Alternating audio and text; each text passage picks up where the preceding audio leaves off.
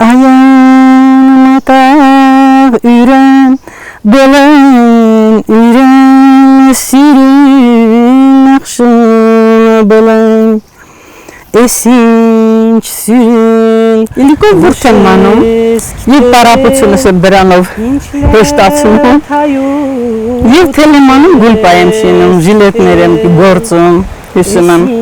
tornikneris hamar amusnus tağaneris tağayis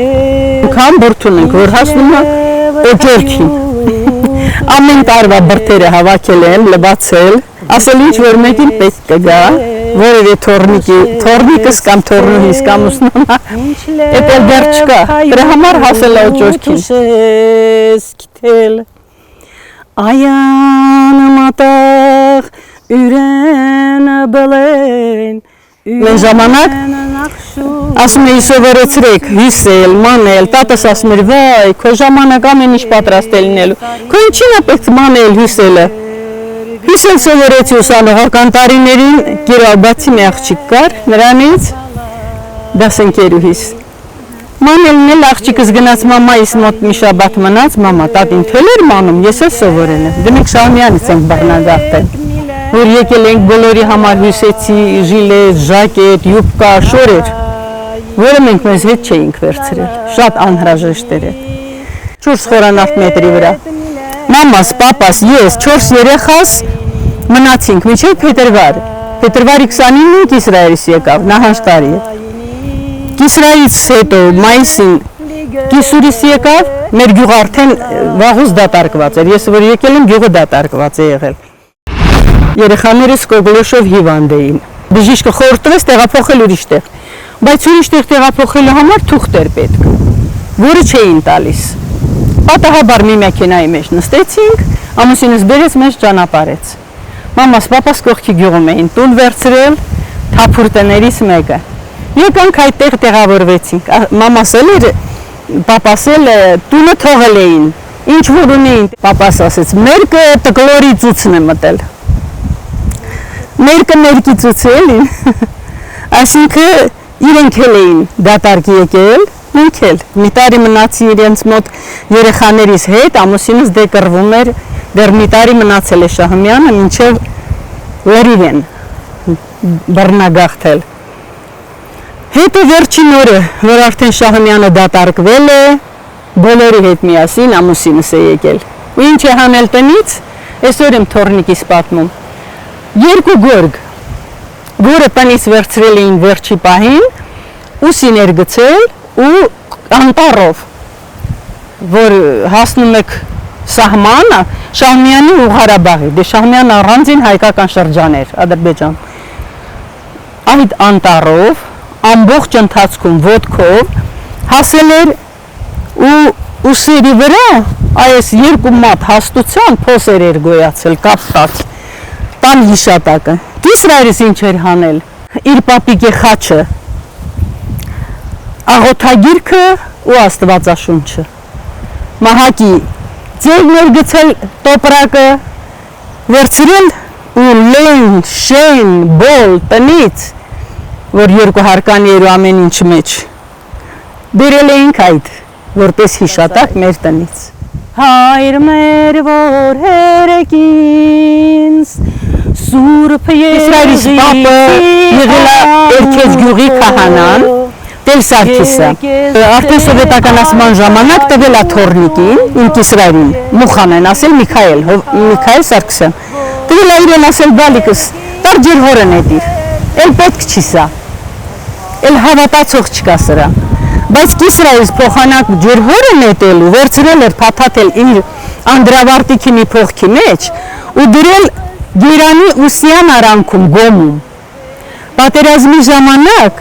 ընկել է ռմբակոծության տակ, ամբողջ վաշտը սպանվել է, զոհվել են բոլորը, ինքը փաստորեն այդ ականների, նռնակների բացած փոսում է մնացել, հողը վրան է դարձել, լրիվ կենթանի թաղվել է ոնց որ, ուշագնաց եղել, ասում է մի պահ կինս Մարգուշը եկավ ինձ այցի, ասում է որ գրկեի, Ես ընտեղ էլ շնչակտուր էի լինելու, արդեն ոտ չկար շնչելու ու մահանայի, վեր թռա, որ չկարողացա բռնել, ասում է վեր թռա։ Ու տեսնեմ մթության մեջ ձեռքերով փորել է մի խոսքով ու փրկվել։ Ասում եմ մտածեցի, սա ինչ զորություն էր աստվածային, որ ես կարողացա այս վիճակից փրկվել։ Երթվում է, որ գնամ կնոջս ծոց չեմ մտնի եւ խաչն ու ավետարանը կհանեմ գոմից, կդնեմ իմ տան ամենապատվավոր տեղում մետաքսե շորով փաթաթած։ Գնում է եկեղեցի առաջինը, աղոթում, խաչն ու ավետարանը մետաքսե գլխաշորով կապում, հետո կնոջ մոտ գնում։ Այդպես է հասել մեզ։ Ու գրքի վրա էլ հիշատակ է գրել, որ թողնում եմ Ալբերտին, փոքր որդուս, որպես Սարգսյանների հիշատակ։ Դա գյուղից մնացած հիշատակը։ Հետո եկանք, այստեղ մեզ սրերով դիմավորեցին, ով է կարմիր խնձոր ուղարկել ձեր հետևից, որ եկել եք։ Ոչ բոլորը, ոչ բոլորը իհարկե, բայց եղավ էլի, էդ էլ եղավ։ 4 երեխաս վերցրած ես ինչ պիտի անեի, մի կին եկավ, վա, ես ինչա, ով իմանա ինչ ես արել, որ այսպես ես մնացել էլի, որ մարդը չկա։ Ասում եմ մարդս կռվում է, դեռ Շահումյանը կա, ես եմ եկել, թերահավատությամբ էին ընդունում։ Չգիտեմ ինչն էր պատճառը, բոլորին համարում էին անբարոյական։ Ուրեմն վախենում էի, որ ես հայացքս բարձրացնեմ, հանկարծ մեկի գայլային հայացքին չհանդիպեն։ Պատկերացրեք, այդպիսի իրավիճակել եմ ապրել։ Մինչև Ալբերտը եկել է, որ եկել էր ես չէի հավատում, որ վերք չկա վրան կամ ոչ մի բան։ Ասում էր, ես փրկվել եմ քանի մահից, քանի անգամ։ Ոչ թե ինքան միջապես կռվող է եղել, որ ասեմ, ինքը ուսուցիչ էր, պարզապես հերթափոխ են արել, օգնելով կամավորական ջոկատում, էլի, օգնելով հիմնական կռվողների։ Եկել ենք այստեղ, օգնեցին բարեկամները, մի տուն առանք, այդպես տեղավորվեցինք ու առաջինը մատաղ արեցինք, սրանից նրանց ապսե ուզելով, որ ողջ առողջ ամբողջ Գերդաստանով հասել ենք տեղ։ Կողքի տուններ, տղայիս համար պսակեցինք մեզ տղայիս, բայց նա էլ չվայելեց։ Գլխուղեղի քաղցկեղից մահացավ, 2 երեխա թողնելով, 9-րդ, 7-րդ դասարանների։ Մենք այդ կրակոցները քիչ ենք լսում, գութում, որ խփում են, ավելի հեշտ ենք լսում, գութից եկող կրակոց ավելի հեշտ է լսվում, իսկ այստեղ հանքի մոտերքում, որ կրակում են, մոտիկելին մետ ենք լսում, մնացածը չէ, են որ ասում վախեցածին չեն վախեցնի, մենք այս ամենը տեսել ենք, հենց եկած առաջ օրը, որ Քարվաճառի կրակոցները կային, այստեղ որ տուն առել էինք, առաջին կրակոցները եկան մեր տան դեմ պայթեցին։ Ասում ենք ես կրակոցները մեզ հետապնդում են, ինչ է, բայց էլի մեր հավատը չսասանվեց, էլի մնացինք։ Այսպես սկսվեց մեր կյանքը։ Այստեղից այնտեղից հավաքելով երկաթե մահճակալ սարքեցինք, 30 տարվա ընթացքում ինչքան տեսնում եք, այստեղ ոչ մի բան չի եղել, ծառ ենք տնկել, փառքաստու նեղուն ենք, գոմ ենք սարքել, տունը լրիվ վերակառուցել, նորոգել, ամեն ինչը տեղը տեղ են սարքել։ Ու այսքանից հետո եղավ 20-20-ը։ Բայց մենակ ես եմ երեխաներին վերցրել, գնացել աղջկաս տուն։ Ոչ հարսս, ոչ ամուսինս, ոչ տղաս չեն լքել գյուղը։ Կրակոցների տակ Գևորգս տղաս ասում է, մամա, գիտես, ամբողջ հողը սասանվում էր։ Սա առաջին հարվածը սոտքին, որից հետո եկավ սեպտեմբերը։ Անցած անգամ գնում եմ Երևան Թորանս ծննդյան արդիվ աղջկա շնորհավորելու։ Մի կին էր Վարդենիսից էր, թե որտեղից էր նստած, ասում է, դավաճանեցին ու մեր սահմանները տվեցին Թուրքին։ Ով դավաճանեց, ասում են, տեղ կան նազիմորներ նկարել են պոստերը, ու տարել են Թուրքին են տվել, ասում եմ, ես սոտքում եմ ապրում ու ամբողջ 3 կողմը շրջապատված է ադրբեջանական զինվորներով ու մենք նրանց տեսնում ենք, մշտապես նրանց դիտակետի տակ ենք, իսկ դու ասում ես դավաճանել են, որ ամեն օր մենք տեսնում ենք այդ նկարող անօթաչուները, ոնց կարող ես ասել նրանք են, միամիտ, պարզամիտ մեկը, նրանք են էլի մատնել, մի օրում ասում են բոլոր սահմաններից զինվորները տեղը ասացին, այդպես շնամաբար բոլորից դավաճանեցին, այսպիսին է մեծամասնությամբ կարծիքը, կան իսկականից հավատացողներ, որ այս ամեն ինչը Սարքովի է, որ ոչ թե Ղարաբաղը պարտվեց, այլ տվեցին, ոչ թե մենք այստեղ պատահաբար հայտնվեցինք թշնամու դիտակետում, այլ այս ամենը պատրաստի բաներ։ Պետական աջակցություն, լույսը կարծեմ ձրի է, դե մենք լույսի կարիք չունենք, արդեն արիվային ունենք եւ ջրատաքացուցիչ արիվային եւ ջեռուցում, բայց ասում են, որ լույսը ոնց որ ձրի է, նայած ինչ քանակով, որոշ քանակով։ Մի անգամ ճտեր են բերել ձրի տվել, 2 տարի է տնկիներ են տալիս, դե չգիտեմ ով է տան, բայց ամենամեծ բարեգործությունը որ արել են, մեր տան կտուրներն են, որ տանիքները որտեղ ապրող կա ու վնասվել է, իհարկե Սամվել Կարապետյան, Տաշիր Սամոյի շնորհիվ մեր գյուղի բոլոր կարմիր տանիքները որ տեսնում եք, այս դրանք նրա շնորհիվ են փոխվել։ Ես չգիտեմ ով ինչ է մտածում, քաղաքականությունից գուցե չեն ուզում խոսել, ես ուսուցչուհի եմ եւ չգիտեմ գուցե վաղնել ինձ ասեն արի, ես ինչ ես խոսել, բայց պարտավոր եմ ասել, այդ մարդը իր միջոցներով եւ տանիքները փոխեց, մերը նույնիսկ փայտեր են ավելացրել, մի քիչ բարձրացրել, ինչ որ հարմար սարքել էլի, այս դեմինը, չուզեցին ոնց որ քանդեն թողնեն, արեցին, էտել արեցին տղաները, հետո պատերը, որ սենց միատեսակ են արել, էտել է իր շնորհիվ, ասել եմ նորոգումն եմ անելու ու կահույքել եմ տալու, ումը որ արել են, բայց կան 4 տուն է ընդամենը պետությունը շինել, 10 անգամ եկել են նայել տեսել ինչը ինչ է, բայց այնտեղ դեռ ապրող չկա, որովհետև կահույք չեն կարողանում գնել, ինչ որ պակասություն դեռ կա, չնայած տունը լրիվ կառուցած է, բայց չէ որ դրա կողքին կա Էթումյան Վաչո, որի տունը չեն շինել, որի տան խոհանոցով մտել է 3 երեխան, թե 4-ն էլ տանն են եղել, 3 աղջիկ մի տղան, ասում են մեր դիմաց, որ Սարցարանը, Սառնարանը չհասան առաստաղին ու ցած իջան, մի անգամից գնելի այդ իմ աշակերտի, որին դեռ դպրոցում էր էլի դասավանդում են,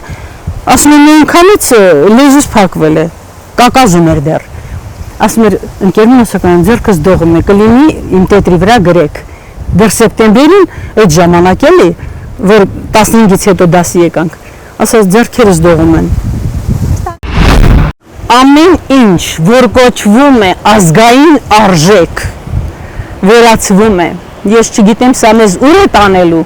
կամ ինչն է նպատակը, բայց սա լավ ծրագրված գործողություն է, որի ընթացքը տանում է ազգակործան քաղաքականության ավարտին ու վերջապես ազգի, չգիտեմ, ուծարման ասեմ, թե պարզապես անհետացման ասեմ։ Մեր ազգը ամբողջ աշխարհում էտալոն է եւ ընտանիքի տեսակետից եւ բարոյականության կամ մնացած ամեն ինչի ուսման հանդեպ ձգտման մեզ այնպես արեցին, որ հիմա չգիտենք ինչ է, դուք ավելի լավ եք տեսնում ամեն ինչ։ Ես դա համարում եմ սրբապղծություն, մեզ պահպանելու եկեղեցին, միշտ մեր հույսը եղել է Աստված, ուր էլ գնաք, ում էլ հարցնեք, ով է, ում ես առաջինը դիմում քո դժբախտ կամ դժվարության պահին, Տեր Աստված, դու մեզ օգնական։ Նաև ուրախության պահին։ Այո, փառք Աստծո, ամեն Աստծո օր, առավոտ լուսո, գիշերով, երեկոյան, աչքերս բացելուն պես ես աղոթում եմ Աստծուն, թաքուն թե բացահայտ։ Հավատը եկեղեցու շնորհիվ է պահպանվում։ Մեր դժվարին օրերին միշտ էլ եկեղեցին է եղել մեր կողքին։ Անգամ հայրենական մեծ պատերազմի ժամանակ եկեղեցու շնորհիվ է, որ մարտական 89 դիվիզիան ձևավորվել է։ Ես բոլոր հաղորդումները նայում եմ, որը վերաբերում է մեր ազգին։ Համոզվել եմ, որ մեր ազգը իրոք ընտրյալ է։ Փորձությունները կանցնեն։ Կգա ժամանակ, որ այս փորձությունները կանցնեն ու իսկական հավատը կհաղթանակի։ Ինչ որ կա ունել է մեզ հերիք, շատը չեմ ուզում։ Այսքանն էլ է բավարար, եթե ապրելու հնարավորություն տան։ Օդը մաքուր է, զով է, ես չեմ կարող շոքին դիմանալ։ Երևանում ինձ թվում է թոնրի մեջ եմ, դե գոնե թոնրա տանը որ թոնիր էի վառում, հաց էի թխում, գոնե գլուխս հանում էի այնտեղից մի քիչ մաքուր ճնչում։ Ու թոնիր Երևանից չես կարողանում գլուխդ հանել մի քիչ ճնչել։ Չեմ ուզում։ Քաղաք չեմ սիրում։ Թող Աստված տա իմ ուզածը լինի, ասում եմ Տեր Աստված, մեր ստեղծածը մենք վայել ենք ու այստեղ, հենց այստեղ մեր երեխաների համար ստեղծենք ու ապրենք։ Ամեն պայմանի էլ հարմարվում ենք, արդեն սովորել ենք դրան։ Մենք միայն ուզում ենք, որ մեր սահմաններին ոչ թե թուրքը կանգնի, այլ ազատ ապրենք, որ տղաս գնում է խոտ հնձել ու ասում մամա գիտես ինչքան տարածք պիտի ես շրջանցեմ, որպեսզի գնամ իմ խոտ հարկին հասնեմ, արդեն հույս չունեմ, կարող եմ այնտեղից խոտ բերել թե ոչ, որպեսզի ազատ գյուղացին գնա, անասունն էլ այնտեղ պահի, խոտն էլ այնտեղից հնձի, քարից հաց քանի ու ապրի, ինչ եմ ուզում մեզնից։ Ամենակարևորը այդ է, խաղաղություն լինի, մնացածը ժողովուրդ կստեղծի։ Մի անգամ արդեն ծննդավայրս կորցրել եմ, ապրած տեղս, որ 13 տարի հարս եմ եղել, կորցրել եմ, չեմ ուզում։ Սա իմ երեխաների զավակների ծննդավայրն է արդեն, չեմ ուզում, որ իրենք էլ կորցնեն իրենց ծննդավայրը։ Հիմա երազում եմ մեր տան պատից մի քար լիներ, նստեի վրան ու պատմեի անտուն կյանքիս հեքիաթը նրան։